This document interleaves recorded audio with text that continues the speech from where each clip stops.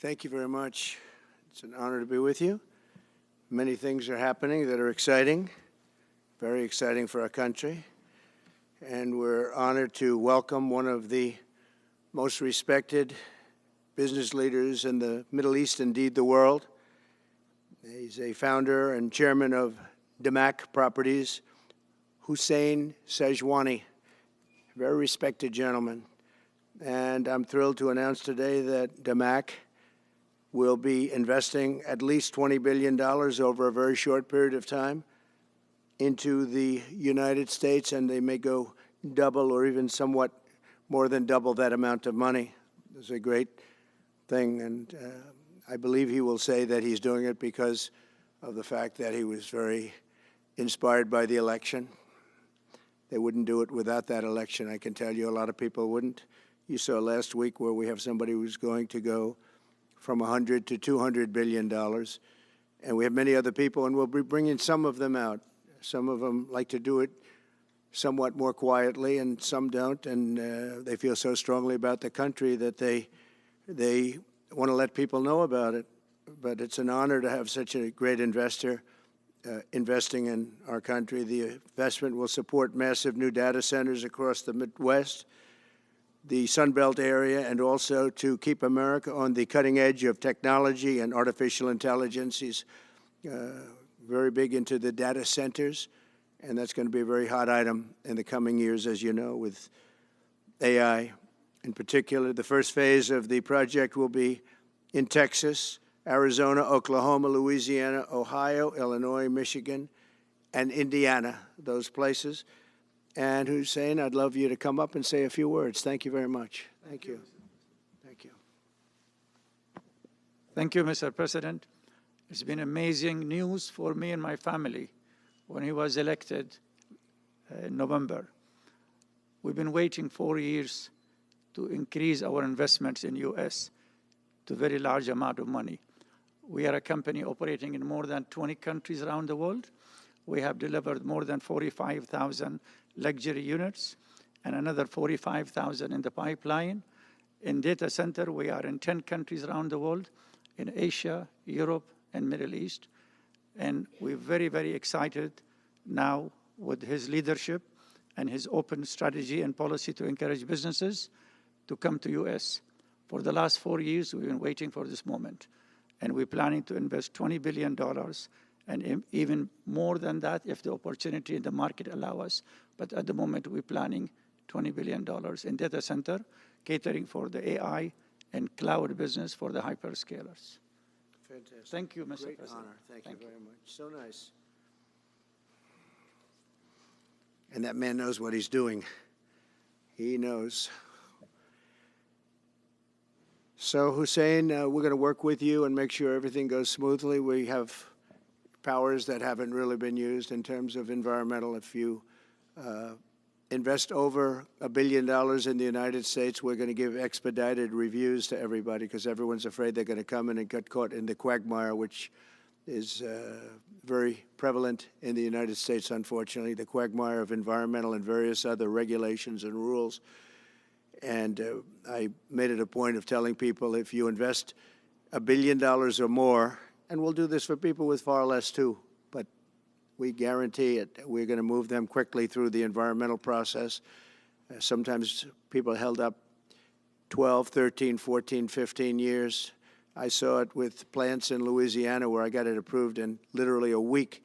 They were through the review in 1 week after spending 14 and a half years trying to get it, and they were going nowhere. It was a terrible thing. So I've been a victim of that myself over the years, and I think I know all the games and all the tricks that are played, and much of it is just done to stop progress. So we're going to be helping you and everybody else that comes to the United States and wants to invest their money, that you don't get tied up for the rest of your life and you can't do anything.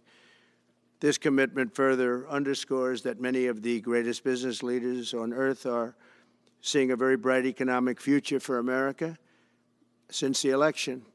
As you know, a lot of positive things have happened.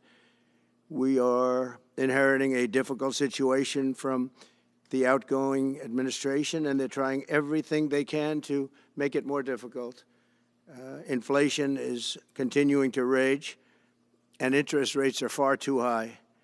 And I've been disappointed to see the Biden administration's attempt to block the reforms of the American people and that they voted for. We had a landslide election. We won every swing state. We won the popular vote by millions and millions of people. Nobody even knows how many people, millions. And they're still counting in some areas. You know, they're still counting the vote in some areas. Can you believe this? What a place. What a horrible place. One of the things we're going to do is we've got to fix the election so that we get honest counts and they get done by 10 o'clock in the evening or something thereabouts. They have places where they're still counting votes. President Biden's actions yesterday on offshore drilling, banning offshore drilling, will not stand. I will reverse it immediately. It'll be done immediately. And we will drill, baby, drill. And we're going to be drilling in a lot of other locations. And the energy costs are going to come way down. They'll be brought down to a very low level. And that's going to bring everything else down. That's what caused it to go up, along with the ridiculous spending on the Green New scam. All this money, trillions of dollars. It's like throwing it right out the window, what they're doing. And they're trying to spend so much now. They're just taking money and giving it to anybody that wants it for any project at all, if it's certified under the Green New scam. And they don't work, and it's too expensive. And, you know, they told me that we're going to do everything possible to make this transition to the new administration very smooth. It's not smooth because they're doing that. They're playing with the courts, as you know. They've been playing with the courts for 4 years, probably got me more votes because I got the highest number of votes ever gotten by a Republican, by far, actually, by a lot. And, you know, we had a great election, so I guess it didn't work. But even to this day, they're playing with the courts. They have their friendly judges that like to try and make everybody happy on the Democrat side. It's called lawfare. It's called weaponization of justice, and it's happened at a level nobody's ever seen before. So many. I defeated deranged Jack Smith. He's a deranged individual. I guess he's on his way back to The Hague. And we won those cases. Those were the biggest ones. And the press made such a big deal out of them, but we did nothing wrong. We did nothing wrong on anything. And the people saw that. You know, when they vote, when a Republican, it's not easy for a Republican. When the Republican wins the popular vote by millions and wins all 7 of the swing states, people said, well, he could win 4. We won all 7, and we won them by a lot. That tells you we won. That tells, and they've been watching this injustice. I call it the Injustice Department. What they've done is so bad. The whole world has watched that. And it took work, but it got me a lot of votes because when explained, I mean, we have a judge in New York who's a very crooked judge. I'm under a gag order. I can't even talk about aspects of the case that are the most vital aspects. I'm under a gag. Do you know that I'm the president-elect of the United States of America? I'm a former very successful president. We had the greatest economy in the history of our country. We had borders that were sealed and beautiful. Everything was good. We had no wars. We defeated ISIS. We had no wars. Now I'm going into a world that's burning with Russia and Ukraine, with Israel. You took a look at that attack on October 7th, the attack on Israel, with the horrible way they got out. Not the fact that they got out. I would have been out before them. But we would have been out of Afghanistan with dignity and strength as opposed to looking like a bunch of fools with 13 dead and many, many badly, horrifically injured. Nobody ever talks about them. No arms, no legs. Nobody ever talks about them. The way they got out was outrageous, leaving billions of dollars of brand new military equipment that I bought in the hands of the Afghans and specifically the Taliban. It's the group. And we were doing very well. We would have been out. We would have been respected. I think it's one of the reasons it was so badly handled, that withdrawal where people are jumping onto airplanes, falling off the sides of airplanes when they're 3,000 feet in the air. And nobody's ever seen anything like that, the worst. And because of that, I think Russia went and attacked Ukraine. When they saw that, they said, these guys are incompetent. They don't know what they're doing. But we know what we're doing now, and that's going to all end. And we have a great military. I defeated ISIS, as you know. We're in no wars. I just finished a couple. And we got also our soldiers guarding Syria and Turkey. We're in the middle. We had 5,000 soldiers. They would have been gobbled up with two armies.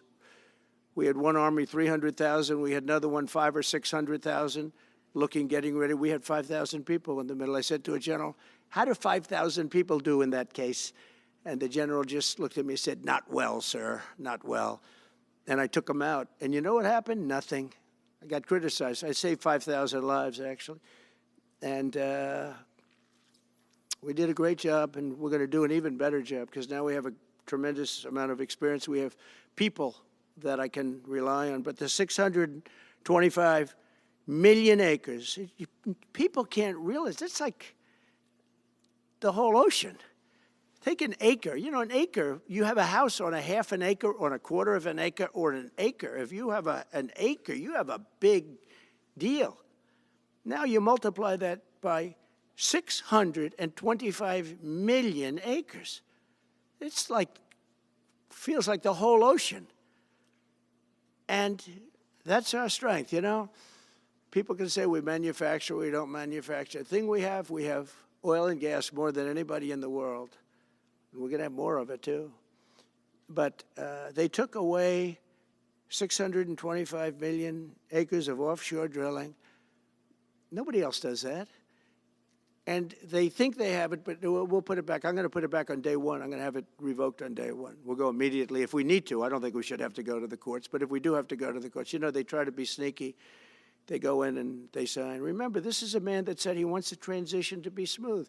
Well, you don't do the kind of things. You don't have a judge working real hard to try and embarrass you, because I did nothing wrong. By the way, I did nothing, absolutely nothing wrong. If I did something wrong, I wouldn't be standing here right now because I've won all these cases. Nobody's ever won so many cases as I have against the Justice Department. I mean, Jack Smith had cases all over the place. People were being subpoenaed. Lives were being ruined. They were spending everything they had, money. We were helping them out. We had to. They were subpoenaing people that had no idea what they were even talking about. That's a sick group of people. And it was all to influence the election. It was all a fight against a political opponent. We've never had that in this country. We have had that in certain countries. We've had that in third-tier countries. We've had that in banana republics, but we've never had that in a place like the United States. I don't even know if it's been on a small level. I'm sure it has been on a small level, but this was the largest level ever. They brought this moron out of The Hague. He's a mean guy. He's a mean, nasty guy. His picture was perfect, because you look at his picture, you say, that's a bad guy with his robe, his purple robe. And he executes people. He shouldn't be allowed to execute people because he'll execute everybody. He's a nut job. But we won all of those cases with him. And, I mean, I don't know the judge in Florida, but we had a brilliant judge in Florida that saw right through it. And we won the case. She was a brilliant judge with great courage. You know, the left, as we call them, the radical left, they have a way, they play the ref, and they play it very hard. They play the ref. They go and say horrible things about judges and prosecutors. And some judges and prosecutors say, look, the only way I'm going to get these people off my back is to give victory to them. They're playing the ref. I think it's illegal what they do. It's almost like talking. It's worse than talking to a judge. But the judge in Florida, Judge Cannon, was brilliant and tough, and she didn't stand for it. And I don't know her. And never met her until the case, and I don't believe I said even one word to her. But she was very, very strong and very, very brilliant. And her opinion was so brilliant that they dropped their appeal. They couldn't beat the appeal. So that's what we're up against. So they say we're going to have a smooth transition. All they do is talk. It's all talk. Everything they do is talk. We're going to have a smooth transition. And then they take 625 million acres and they essentially landmark it so you can't ever drill there again. Well, we're going to be drilling soon. We're going to be opening up Anwar. We're going to be doing all sorts of things that nobody ever thought was even possible. But remember and just to get off the subject, because I couldn't believe it when I heard it yesterday, I couldn't believe the size of it. I mean, you put down a map and put this up, it's just massive. And remember that that's worth probably, I mean, I've had estimates, $40 to $50 trillion. That's more than our national debt. Essentially, he's thrown it away. He's thrown it away. He's taken $50 trillion.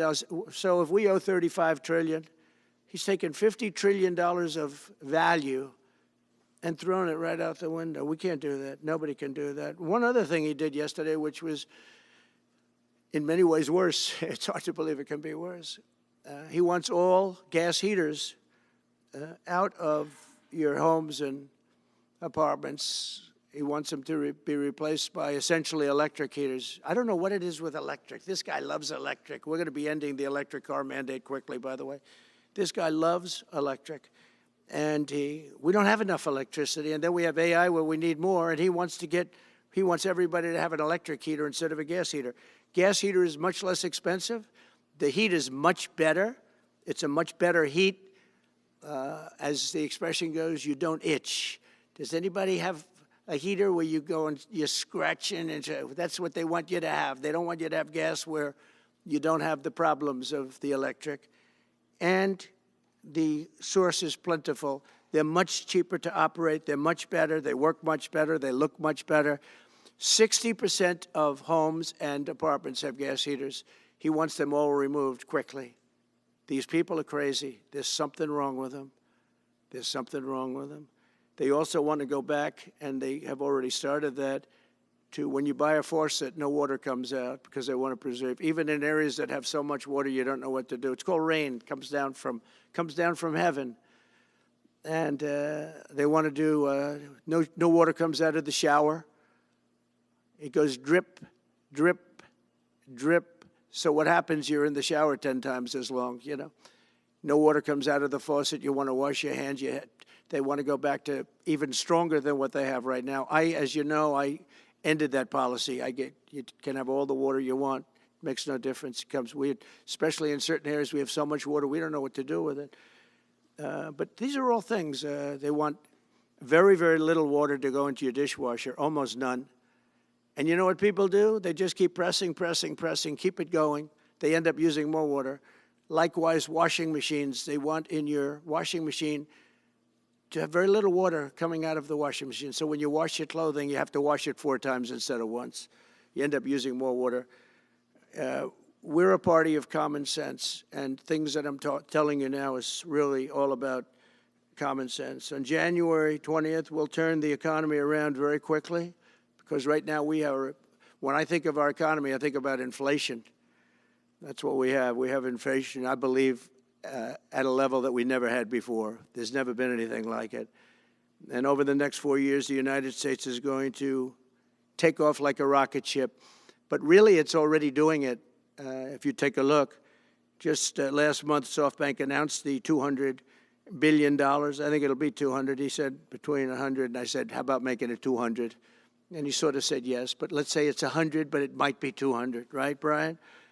Dollars, United States, creating more than 100,000 jobs. Hussein just announced a tremendous investment that he's going to make, and that's money that's in the bank. He's going to come and do it, and he'll do a great job, and he'll build the best centers in the country, I guarantee, because I know the way he builds.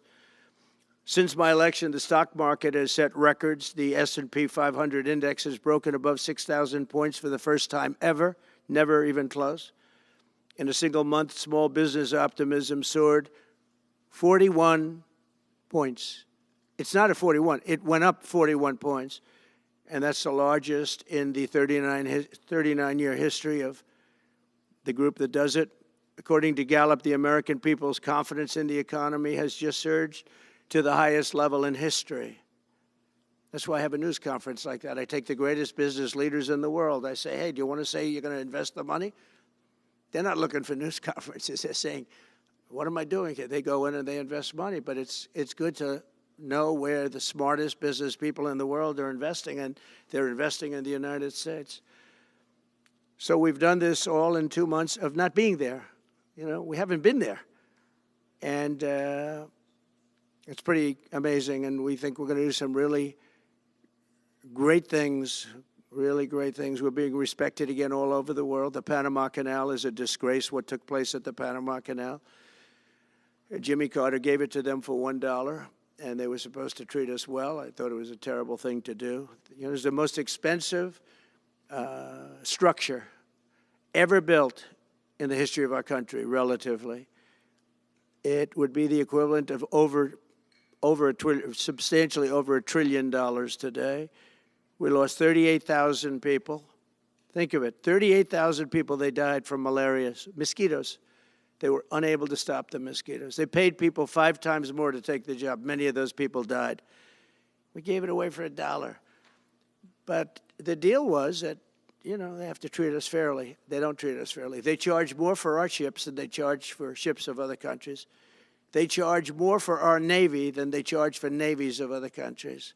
They laugh at us because they think we're stupid, but we're not stupid anymore. So the Panama Canal is under discussion with them right now. They violated every aspect of the agreement, and they've morally violated it also. And they want our help because it's leaking and not in good repair. And they want us to give $3 billion to help fix it. I said, well, why don't you get the money from China? Because China's basically taken it over. China's at both ends of the Panama Canal. China's running the Panama Canal. And they come to see this Biden, this guy who should never have been allowed even to run for president. Of course, she shouldn't have either, because that never happened. It had to be 2 people, not 1. But they want $3 billion to fix the Panama Canal that's run by China and makes a lot of money, China. One of the most profitable structures ever built, because you have ships lined up back to Florida, frankly, and they just keep going through, and the numbers are staggering, $500,000 to $1 million a ship. And they took it away from us, meaning we gave it to them for $1. But not going to happen. What they've done to us, they've charged us, they've overcharged our ships, overcharged our Navy. And then when they need repair money, they come to the United States to put it up. We get nothing. Those days are over. Working with the Republican majorities in Congress, will cut taxes, slash regulations, raise wages, and boost incomes at a pace the world has not seen before, and certainly not from our country. We had a big chunk of it for the first 3 years prior to COVID coming in my administration. We had the greatest economy in history. We cut the most regulations in the history of our country, and I did that all in 4 years. By 4 times more than any other president cut. We did that in 4 years. And we were just getting started. We'll impose new tariffs so that the products on our stores will once again be stamped with those beautiful words, made in the USA. And we are not treated well, as you know, by Canada. Canada is subsidized to the tune of about $200 billion a year, plus other things. They don't essentially have a military. They have a very small military. They rely on our military. It's all fine, but, they got to pay for that. It's very unfair. I have so many great friends. One of them is the great one, Wayne Gretzky. I said, run for prime minister. You'll win it'll take 2 seconds. But he said, well, am I going to run for prime minister or governor? You tell me. I said, I don't know. Let's make it governor. I like it better. But no, something's going to have to be done. Same thing with Mexico. We have a massive deficit with Mexico, and we help Mexico a lot. They're essentially run by the cartels, and can't let that happen. Mexico's really in trouble, a lot of trouble. Very dangerous place. And we're going to be announcing at a future date pretty soon. We're going to change, because we do most of the work there, and it's ours. We're going to be changing, sort of the opposite of Biden, where he's closing everything up, essentially getting rid of $50 to $60 trillion worth of assets. We're going to be changing the name of the Gulf of Mexico to the Gulf of America, which has a beautiful ring that covers a lot of territory. The Gulf of America, what a beautiful name. And it's appropriate. It's appropriate. And Mexico has to stop allowing millions of people to pour into our country. They can stop them. And we're going to put very serious tariffs on Mexico and Canada, because Canada, they come through Canada too. And the drugs that are coming through are at record numbers, record numbers. So we're going to make up for that by putting tariffs on Mexico and Canada, substantial tariffs. And we want to get along with everybody, but, you know, they have to, it takes two to tango.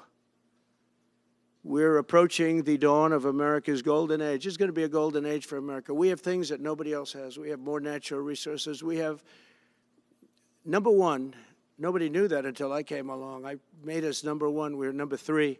I made us number one in a very short period of time in drilling. And, you know, you can talk about windmills. They litter our country. They're littered all over our country, like dropping paper, like dropping garbage in a field. And that's what happens to them, because in a period of time, they turn to garbage. Most expensive energy ever. They only work if you get subsidy. The only people that want them are the people that are getting rich off windmills, getting massive subsidies from the U.S. government. And it's the most expensive energy there is. It's many, many times more expensive than clean natural gas. So we're going to try and have a policy where no windmills are being built. You know, off the coast of New Jersey, they want to build like 200 windmills. The people are going crazy. Nobody wants them, and they're very expensive. They don't work without subsidy. You don't want energy that needs subsidy. Energy is a good business. You don't need subsidy. But when you build these massive towers, I mean, they're 25 stories tall, 40 stories. They have one 70 stories tall. The blades, they take 3 ships to ship them. It's crazy. They're dangerous. You see what's happening up in the Massachusetts area with the whales, where they had 2 whales wash ashore in, I think, a 17-year period. And now they had 14 this season. The windmills are driving the whales crazy, obviously. And they had actually over, I think, 125 or something over a number of years. And we don't want that to happen. It's a disaster it's amazing the way a true environmentalist would say, oh, we love wind. It sounds good, but that's about where it ends. You know, after 10 years, you have to redo them. And what happens is they don't do that. They let them stand and they rust, and they say, because of the environment, I'm not a believer in this, but they say you can't, because it's a certain fiberglass, that the blades cannot be buried in earth, that's an environment. So what do you do with them? What do you do with them? And I don't know if you've ever gone to Palm Springs, California, or any of these places where you have long-term windmills standing. They're a disaster. They're rusting, rotting, closed, falling down. This is as you enter Palm Springs. And they put new ones next to them because nobody wants to take them down, because why should they take them down? It's very expensive to take them down. And you can't do anything with them because the blades, you can't bury them because of the environmental protection. We'll look at that. Doesn't make sense, but that's what they say. So we are at the beginning of a great, beautiful golden age of business. And I think we're also at a golden age of common sense, because everything I'm saying to you, from a simple water faucet that doesn't allow water to come out appropriately, to all of the other elements of what we do and what we're going to do, to take $50 to $60 trillion off our country's balance sheet because some man that has no idea what he's doing, has no idea. You know it, I know it, the Democrats know it. What they did is a crime by allowing that to happen. And I'll bet you, if you asked him today, how much acreage did you submit? Essentially, did you destroy? You destroyed the economic viability of drilling in the ocean. And with AI coming along and all, you know, a lot of people don't realize that AI is going to be a big thing, but you'll need double the electricity at least that we have right now. So right now we produce electricity for many, many different things. AI is a very big deal in terms of the future. China is already building electric facilities, big, bold electric facilities. And you know how they're being fired up? With coal. They're being fired up with coal. And we're going to build bigger and better ones. People like Hussein that are doing the same thing as he is. I'll bet they don't do it as well, because I know how he does it. But they're doing A lot of things, the problem is they can't get their permits because I say build the plant with the building. So with the structure, build the plant, because if you go into grid, the grids are old. So they said, that's a great idea. In other words, build your electric facility alongside of your plant. And you could have extra output if you want, because once you build it, you can make it larger pretty inexpensively. You could have extra output, which you'll sell to the public, but build it with the plant, and people are loving that idea. So we're going to have a lot of fun making America great again, and it's going to happen, I think, very, very quickly. It's already happened. So I would say this, and this has been pretty openly reported by the news. There's never been anything like what's happened in the list since we won the election. Couple of months since we won the election, the whole perception of the whole world is different. People from other countries have called me. They said, thank you, thank you. The perception of the whole world is different. We're going to have to settle some big problems that are going on right now. We're going to have to settle up with Russia, Ukraine. That's a disaster. I look at numbers every week, the number of people being killed in that war. People don't know, mostly soldiers now. But the towns have been obliterated. This was a Biden fiasco that that should have never happened. If we had a real president, if we had a president that knew what he was doing, Russia would have never, ever gone in. But they did go in, and we have a mess. The cities are all blown up. The people have largely left. And the soldiers are killing each other at levels that haven't been seen since the Second World War. So we'll have to get that one straightened out, too. That's a tough one. Much tougher than it would have been before it started, I can tell you that. A deal could have been made just by an average deal maker. A deal could have been made on that. So thank you all for coming. We'll take a couple of questions. Yeah. Go ahead, please. President, thank you. Wanted to touch on the world on fire that you mentioned, but let's start, if we could, with your references to Greenland and the Panama Canal, so forth. Can you assure the world that as you try to get control of these areas, you are not going to use military or economic coercion? No. And can you tell us a little bit about what your plan is? Are you going to negotiate a new treaty? Are you going to ask the Canadians to hold a vote? What is the strategy? Yeah, I can't assure you, you're talking about Panama and Greenland. No, I can't assure you on either of those two. But I can say this, we need them for economic security. The Panama Canal was built for our military. I'm not going to commit to that now. It might be that you'll have to do something. Look, the Panama Canal is vital to our country. It's being operated by China. China. And we gave the Panama Canal to Panama. We didn't give it to China. And they've abused it. They've abused that gift. It should have never been made, by the way. Giving the Panama Canal is why Jimmy Carter lost the election, in my opinion, more so maybe than the hostages. The hostages were a big deal. But if you remember, and nobody wants to talk about the Panama Canal now because, you know, it's inappropriate, I guess, but because it's a bad part of the Carter legacy. But he was a good man. Look, he was a good man. I knew him a little bit, and he was a very fine person, but that was a big mistake. Giving the Panama Canal to Panama was a very big mistake. We lost 38,000 people. It cost us the equivalent of $1 trillion, maybe more than that. Probably the most expensive, they say it was the most expensive structure, if we call it a structure, which I guess you can, ever built. And giving that away was a horrible thing. And I believe that's why Jimmy Carter lost the election, even more so than the hostages. Those two things. If I could follow up on Ukraine and Iran, the two negotiations you'll be heading into. On Ukraine, you said just before it's a lot more complicated now. Much more complicated. Do you believe... Because it would have never started. Right, but it has started.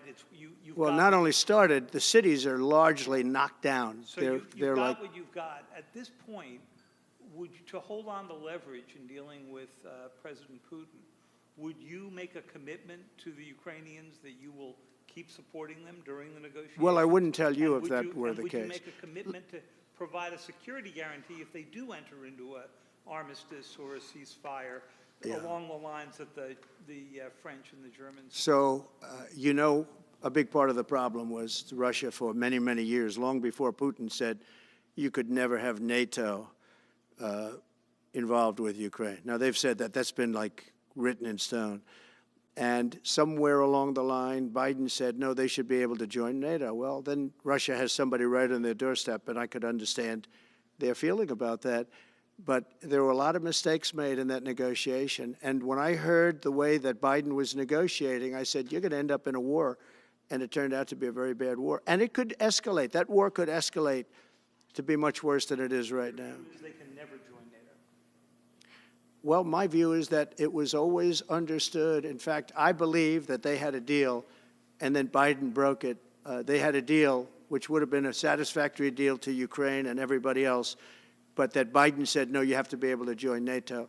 And that's always been, and nobody knows more about NATO than I. You know, years ago, when I first started this, I didn't know too much about NATO, but I got it right anyway. I said they're taking advantage. I'm the one that got, and the Secretary General was here, as you know, 2 weeks ago, saying that if it weren't for me, NATO wouldn't even exist right now, because I raised from countries that weren't paying their bills. At that time, 28 countries, 20 of them were not paying their bills, 21 to be exact. They weren't paying, or they were paying a very small portion. And I raised over $680 billion. That was the number he gave, by saying, if you don't pay, we're not going to protect you. And as soon as I said that, the money came pouring in. But Obama could have said it. Other people could have said it. Bush could have said it. Nobody said it but me. I took a lot of heat. They said, oh, that's a threatening statement. Well, they weren't paying their bills. I said, we're not going to protect you if you're not paying the bills.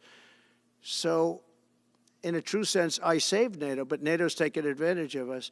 And one of the problems that I have, and I've said it openly, I said it to President Zelensky, Europe is in for a tiny fraction of the money that we're in. Now, whether you like that situation or not, Europe is much more affected than the United States. We have a thing called the ocean in between us, right?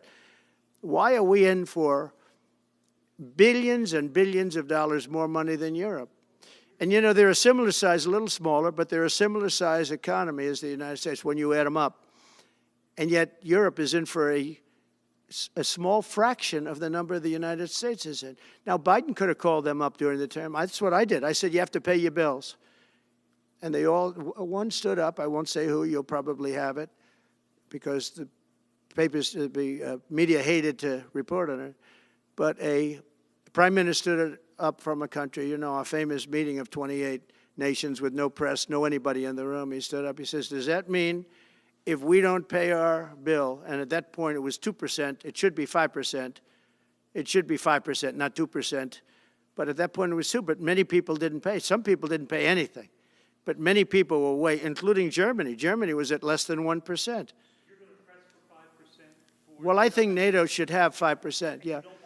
Well, you can't do it at 2%. I mean, at 2%, every country, if you're going to have a country in a regular military, you're at 4%. I think they should be, you know, they're in dangerous territory. I think it should be, they can all afford it, but they should be at 5%, not 2%. I'm the one that got them to pay 2%. But a gentleman stood up, a prime minister stood up, and he said to me, sir, could I ask you a question? You're saying we have to pay our bills. If we don't pay our bills, will the United States protect us from Russia? I said, if you don't pay, you mean you're delinquent? He said, yes. He said, if you're delinquent, we will not protect you. I took a lot of heat. Although it was somewhat closed door, I took a lot of heat from the media. And you know what happened? The money started pouring in. That's why NATO has money. And the Secretary General said it was the most incredible thing he had ever seen in a negotiation. Now, if I would have said, yes, we will, nobody would have paid. If I would have loved to say, yes, we'll protect you even if you don't pay. But that's not the way life works. Mr. President, two questions related to each other. First, you said on your first day of office you're going to pardon January 6th defendants. Are you planning to pardon those who were charged with violent offenses? Well, we're looking at it, and we have other people in there. And as you see, I guess 24 or 28 people came now from the FBI. That came out very quietly. Nobody reported it, but they had people in some form related to the FBI. They had 4 or 5 people that were strongly related to the FBI. We have to find out about that. We have to find out about Hezbollah. We have to find out about who exactly was in that whole thing, because people that did some bad things were not prosecuted. You know, I see it all the time, and you see it too. People that were doing some bad things weren't prosecuted, and people that didn't even walk into the building are in jail right now. So we'll be looking at the whole thing, but I'll be making major pardons. Yes, please. Sorry, just one more follow-up on the previous question. Please. On Jack Smith's report. Good afternoon, Mr. President. It's good to see you again. Two questions about Syria and the ongoing war in Gaza. About Syria, the Pentagon disclosed last month the U.S. has some 2,000 troops in Syria. That's almost double the number initially we were told of 900. Will you keep that troop capacity the same upon taking Well, I won't office? tell you that because that's part of a military strategy, but I will say it was Turkey. Turkey's been after that country in different names and different forms and shapes for 2,000 years. Those people that went in are from Turkey. And President Erdogan is a friend of mine. He's a guy I like, respect. I think he respects me also. He's the one that didn't go after certain people after I requested that he not. You know who I'm talking about, the Kurds. I don't know how long that's going to, because they're natural enemies. They hate each other. But he didn't do that yet. And he didn't do it in the past also. He started, and I said, please don't do that, and he didn't do it. So, but if you look at what happened with Syria, Russia was weakened, Iran was weakened, and he's a very smart guy. And he sent his people in there through different forms and different names, and they went in and they took over, and that's the way it is. I'm sorry, I don't mean to interrupt you. Do you have concerns about HTS taking control of By the way, I Syria at this have point? the envoy here. Is that in the back? Standing with my son, Eric, is Steve Witkoff, who's just got back from the Middle East, and he's done a fantastic job. He's a great deal maker. I said, what we need there is a deal maker, because nobody makes a deal. We have people that understand where the rivers are and where the meets and bounds are, but they can't talk. They can't make deals. Steve's done a great job. I just want to thank you, Steve. You've been working endlessly for months, and he's working specifically on the hostages, trying to get them back. Well, that was my second question is Hamas Steve, released come up for a second. Maybe you might want to say a couple of words. Sir, I didn't- Hamas released another hostage I didn't know Steve was going to be here, actually. Neither did I. He's done a fantastic job, and it's a dangerous job, too, and we appreciate it. He didn't know about this kind of danger and the other deal-making he does. Now he sees a lot of big danger. Come on up, Steve. Mr. President, can I ask you a second part of that? Hamas Yeah, released just one another second, hostage please. video. I'm going to give you a little report on the hostages, if I can. Steve? Thank you very much. Thank you, Mr. President. Wow. Well, I think we're making a lot of progress, and I don't want to say too much because I think they're doing a really good job back in Doha. I'm leaving tomorrow back to go to Doha, but I think that we've had some really great progress, and I'm really hopeful that by the inaugural, we'll have some good things to announce on behalf of the President. I actually believe that we're working in tandem in a really good way, but it's the President, his reputation, the things that he has said that are driving this negotiation. And so hopefully it'll all work out and we'll save some lives.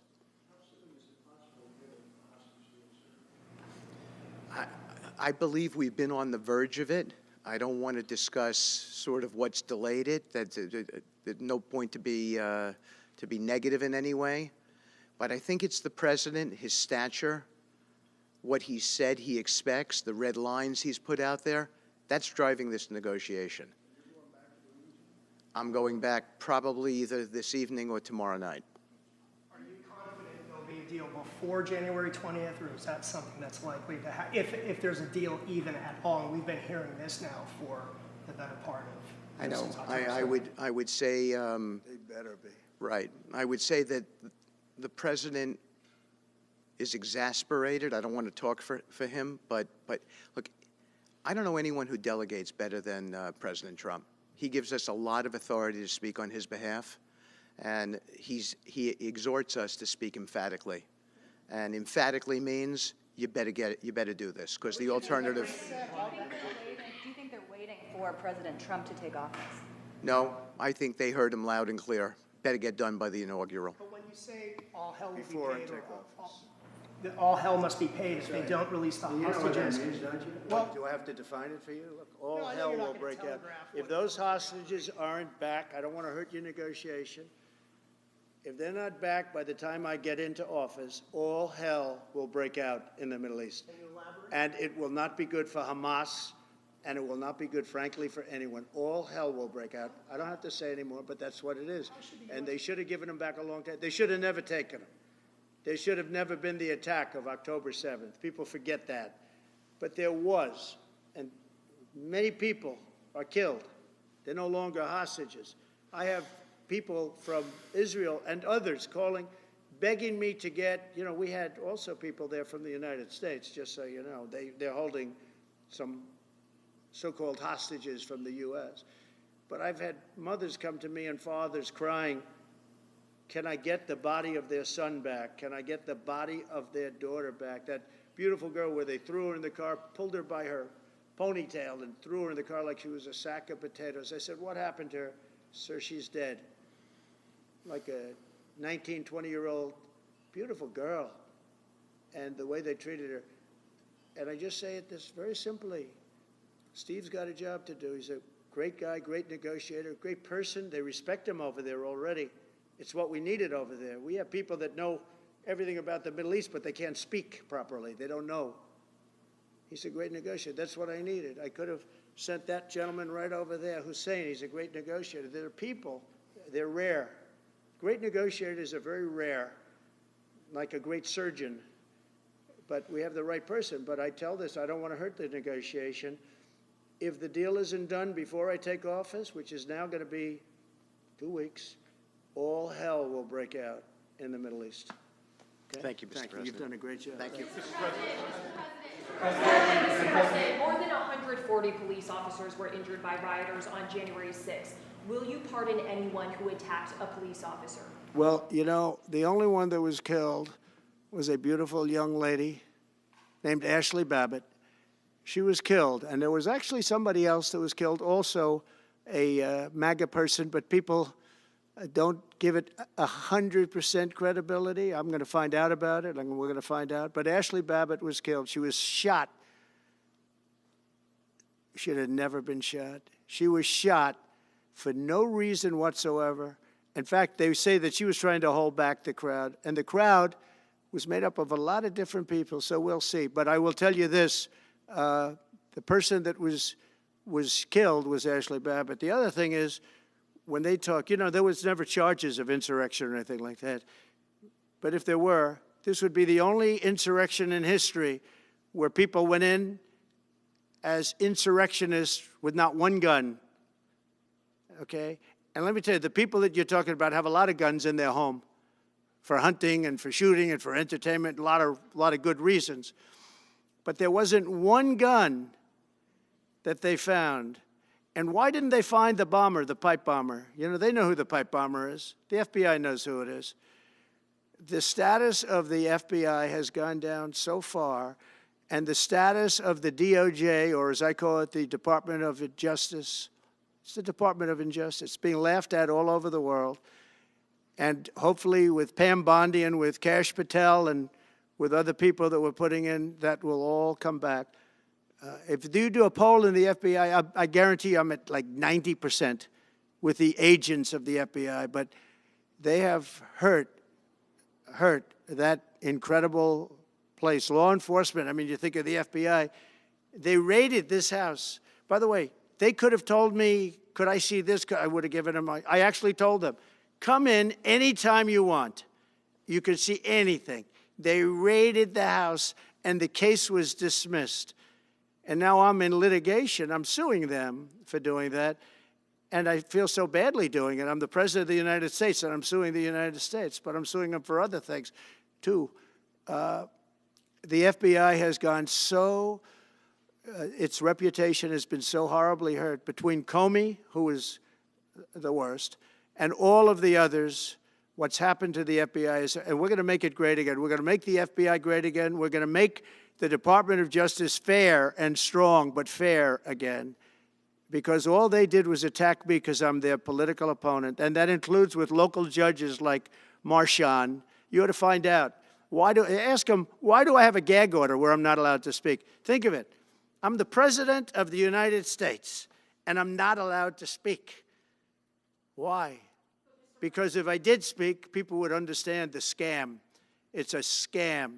And we have very dishonest judges, and New York judges are very bad. We had one that valued this house at $18 million because it was good for their case. He actually valued that chandelier is worth more than $18 million. He valued this house as $18 million. And we have another one who was so nasty, so horrible, such a brute, most vicious, vile person. These are New York judges. But we've won most of the cases, so we're very happy about that. Please. Back on Greenland, your position is clear, but have you directed your staff to take any specific actions to draw plans? And can you elaborate again? You didn't rule out military coercion in Well, we need Greenland for national security purposes. I've been told that for a long time, long before I even ran. I mean, people have been talking about it for a long time. You have approximately 45,000 people there. People really don't even know if Denmark has any legal right to it. But if they do, they should give it up because we need it for national security. That's for the free world. I'm talking about protecting the free world. You look at, you don't even need binoculars. You look outside, you have China ships all over the place. You have Russian ships all over the place. We're not letting that happen. We're not letting it happen. And if Denmark wants to get to a conclusion, but nobody knows if they even have any right, title, or interest. The people are going to probably vote for independence or to come into the United States. But if they did do that, then I would tariff Denmark at a very high level. Have you asked your staff to draw plans for acquisition? I mean, are you active? No, we're not at that stage, but we have people. I haven't even entered office yet. Secondly, sir, Elon Musk has drawn some criticism and a lot of attention for some of his actions and provocative statements about foreign affairs, including in Europe. Your reaction to that, is that appropriate for... You mean where he likes people that tended to be conservative? I don't know the people. I can say Elon's doing a good job, very smart guy. I don't know the people you're talking about. He was, I know he said some negative things about a couple of people that are running for office, but that's not so unusual. Yes, please. I wanted to ask you about Ukraine and Putin. How soon do you anticipate going to meet with Putin to discuss the Ukraine situation? Well, I can't tell you that, but I know that Putin would like to meet. I don't think it's appropriate that I meet until after the 20th, which I hate, because, you know, every day people are being, many, many young people are being killed, soldiers. You know, the land is very flat, and hundreds of thousands of soldiers from each, many hundreds of thousands from each side are dead, and they're laying in fields all over the place. Nobody to even collect. There's landmines all over. It's a disaster. But it's very flat. It's great. It's farmland, and it's very, very flat. And the only thing that stops a bullet is the human body. And the human body is stopping a lot of bullets. Within the I hope first so. 3 to 6 months? I hope to have 6 months. No, I would think, I hope long before 6 months. Look, Russia's losing a lot of young people, and so is Ukraine. And it should have never been started. That's a war that should have never happened. I guarantee you, if I were president, that war would have never happened. Who would you like to nominate to replace Michael Barr as vice chair of the Military? I'll be announcing somebody. Mr. President, if we were to work under the assumption that you're serious about making Canada 51st state of the United States, the leader of the Conservative Party in Canada said, under no circumstance will it ever be the 51st state. Maybe he won't win, but maybe he will. I don't care. You had suggested. Listen, I don't care what he says. But Sir Lopez, you said you were considering military force to acquire Panama and Greenland. Are you also considering military force to annex and acquire Canada? No, economic force, because Canada and the United States, that would really be something. You get rid of that artificially drawn line, and you take a look at what that looks like. And it would also be much better for national security. Don't forget, we basically protect Canada. But here's the problem with Canada. So many friends up there. I love the Canadian people. They're great. But we're spending hundreds of billions a year to protect it. We're spending hundreds of billions a year to take care of Canada. We lose in trade deficits. We're losing massive. We don't need their cars. You know, they make 20% of our cars. We don't need that. I'd rather make them in Detroit. We don't need the cars. We don't need their lumber. We have massive fields of lumber. We don't need their lumber. We have to unrestrict them because stupid people put, restrictions on, but I can do that with an executive order. We don't need anything they have. We don't need their dairy products. We have more than they have. We don't need anything. So why are we losing $200 billion a year and more to protect Canada? And I said that to, as I called him, Governor Trudeau. I said, listen, what would happen if we didn't subsidize you, if we didn't, because we give them a lot of money. We help them. As an example, we're buying icebreakers, and Canada wants to join us in the buying of icebreakers. I said, we don't really want to have a partner in the buying of icebreakers. We don't need a partner. But no right. Nope, no right. Here's what we have. We have a right not to help them with their financial difficulties because we owe $36 trillion too. We're going to start knocking it out pretty fast, but we're going to be able to do it because of energy and other things. But no right. No right. But why are we supporting a country, $200 billion plus a year? Our military is at their disposal. All of these other things, they should be a state. That's why I told Trudeau when he came down, I said, what would happen if we didn't do it? He said Canada would dissolve. Canada wouldn't be able to function if we didn't take their 20% of our car market. They send us hundreds of thousands of cars. They make a lot of money with that. They send us a lot of other things that we don't need. We don't need their cars, and we don't need the other products. We don't need their milk. We got a lot of milk. We got a lot of everything, and we don't need any of it. So I said to him, well, why are we doing it? He said, I don't really know. He was unable to answer the question, but I can answer it. We're doing it because of habit, and we're doing it because we like our neighbors, and we've been good neighbors, but we can't do it forever, and it's a tremendous amount of money.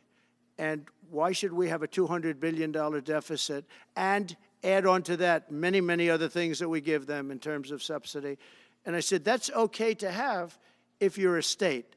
But if you're another country, we don't want to have it. We're not going to have it with European Union either. European Union, we have a trade deficit of $350 billion. They don't take our cars. They don't take our farm product. They don't take anything. And so we're not going to have it with them either. Brian, go ahead. Yes. Happy New Year, by the way. Thank you. We have some breaking news. You may not be aware of this, but it looks like Canon has blocked the DOJ from releasing the Smith's report until further court proceedings. Get your thoughts on that. Wow, that's a big story. Yeah. So if I get it right, the fake witch hunt started by the DOJ having to do with books and records, and Biden had many more, and he wasn't protected by the Presidential Records Act, I was.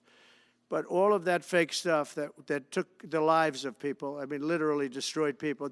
People are destroyed because of what they did, destroyed. But we got to be president. But Biden did it for 40 years. He did it when he was a senator. That was illegal. And they ruled it was illegal. How about that? They said, it's illegal, but he's unfit to stand trial. So he can stand and be president of the United States, but the prosecutor found that he's unfit for trial. I was going to use that as a major talking point, but I never got to use it because all of a sudden I had a new candidate who was also sort of unfit to stand trial, right? But so what you're saying is that the judge just blocked the, so Cannon was thrown off the case. They dropped their appeal because he had no case. They dropped all of that, the lawsuits against us. They lost the lawsuit.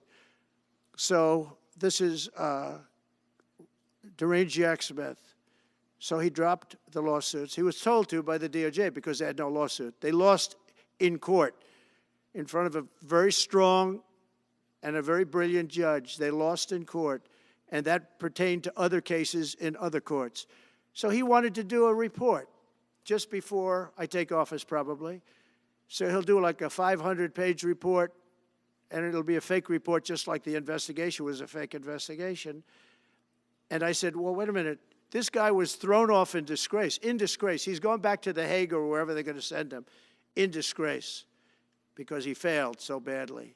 Because it was a fake case against a political opponent. They thought they were going to use this to beat me. So what you're saying is, I'm just hearing that they're not allowed to issue the report. So if they're not allowed to issue the report, that's the way it should be, because he was thrown off the case in disgrace. Why should he be allowed to write a fake report? It'll only be a fake report.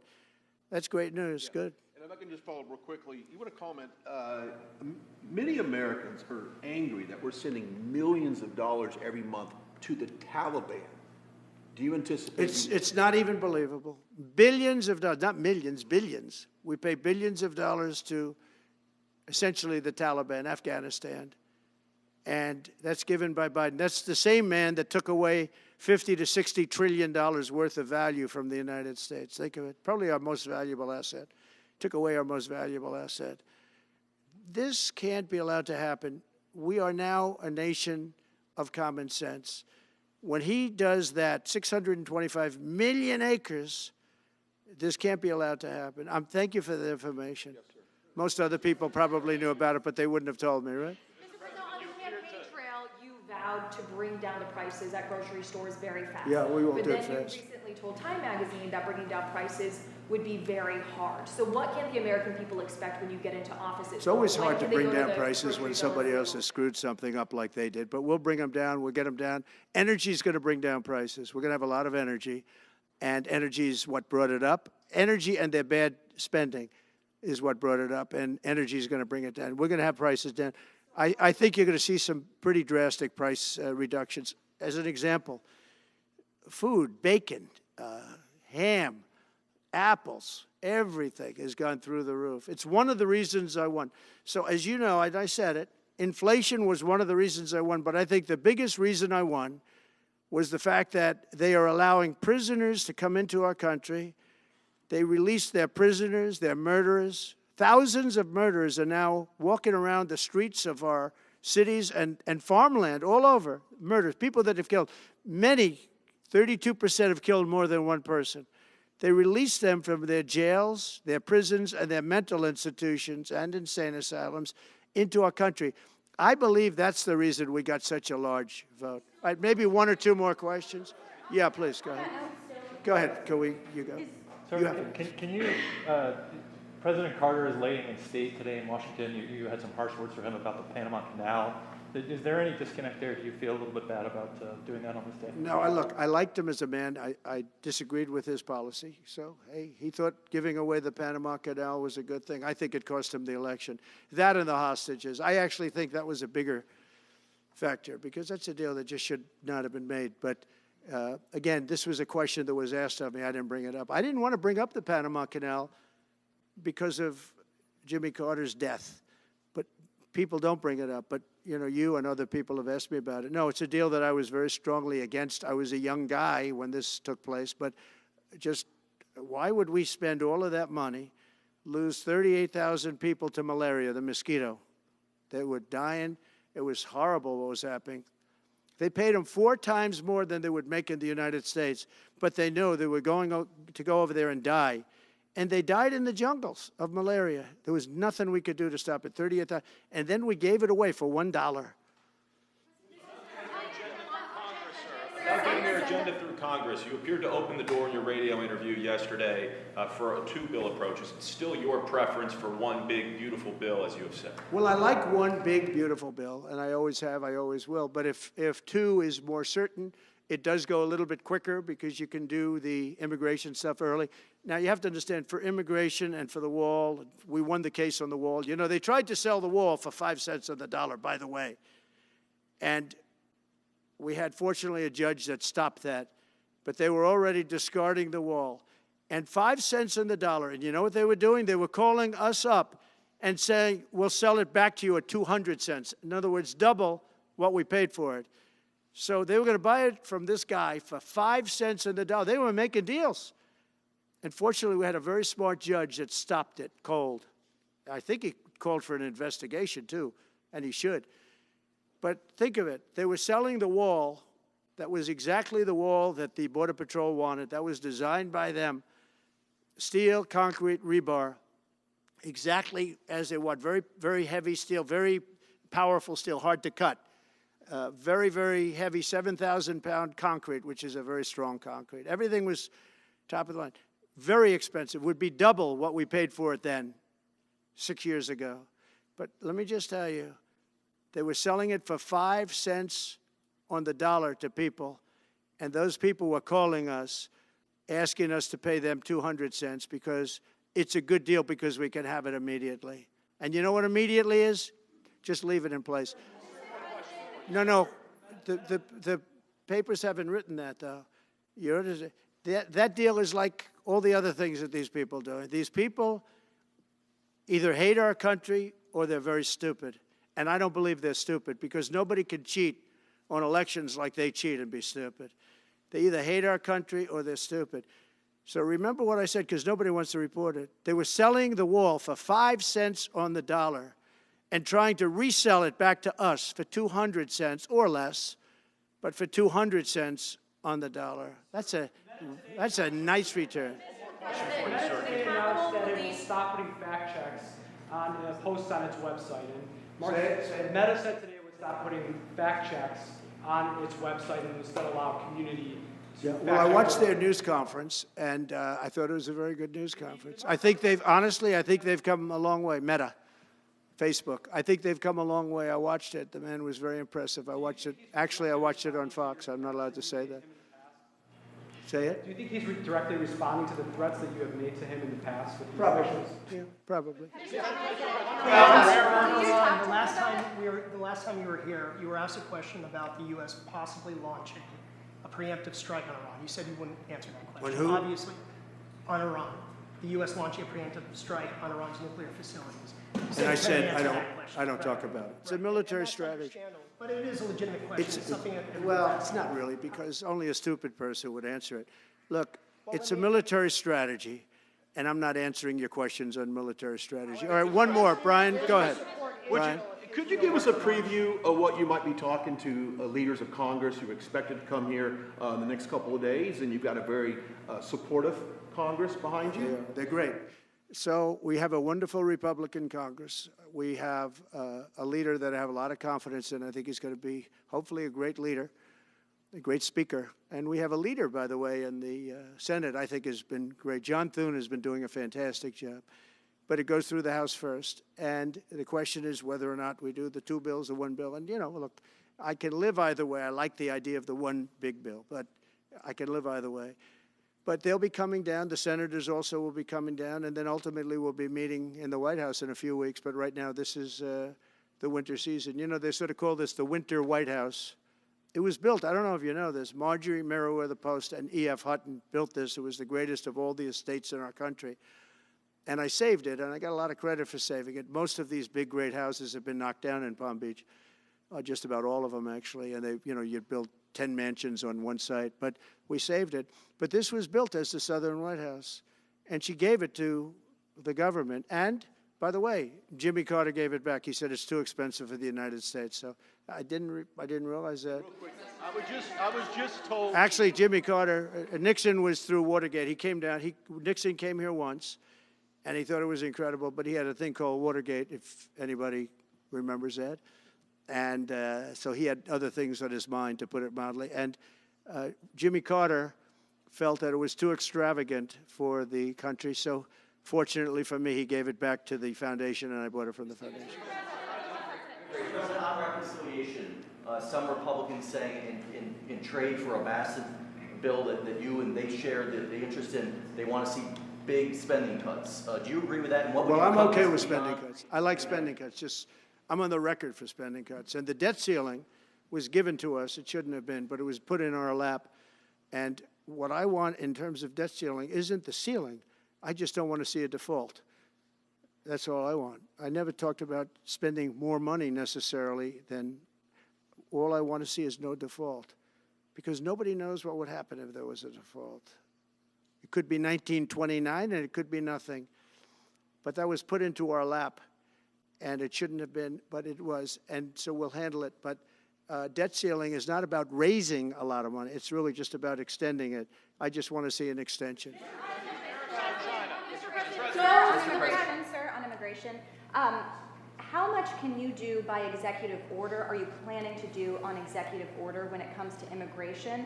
And how much do you want Congress to tackle this issue? And also on day one, Well, I had the what safest executive border orders are in the you history of our planning? country by far. You remember the famous chart that I brought down. I love that chart very much for a lot of reasons. But I have the safest border by far in the history of our country. And when I took it over, it was a mess.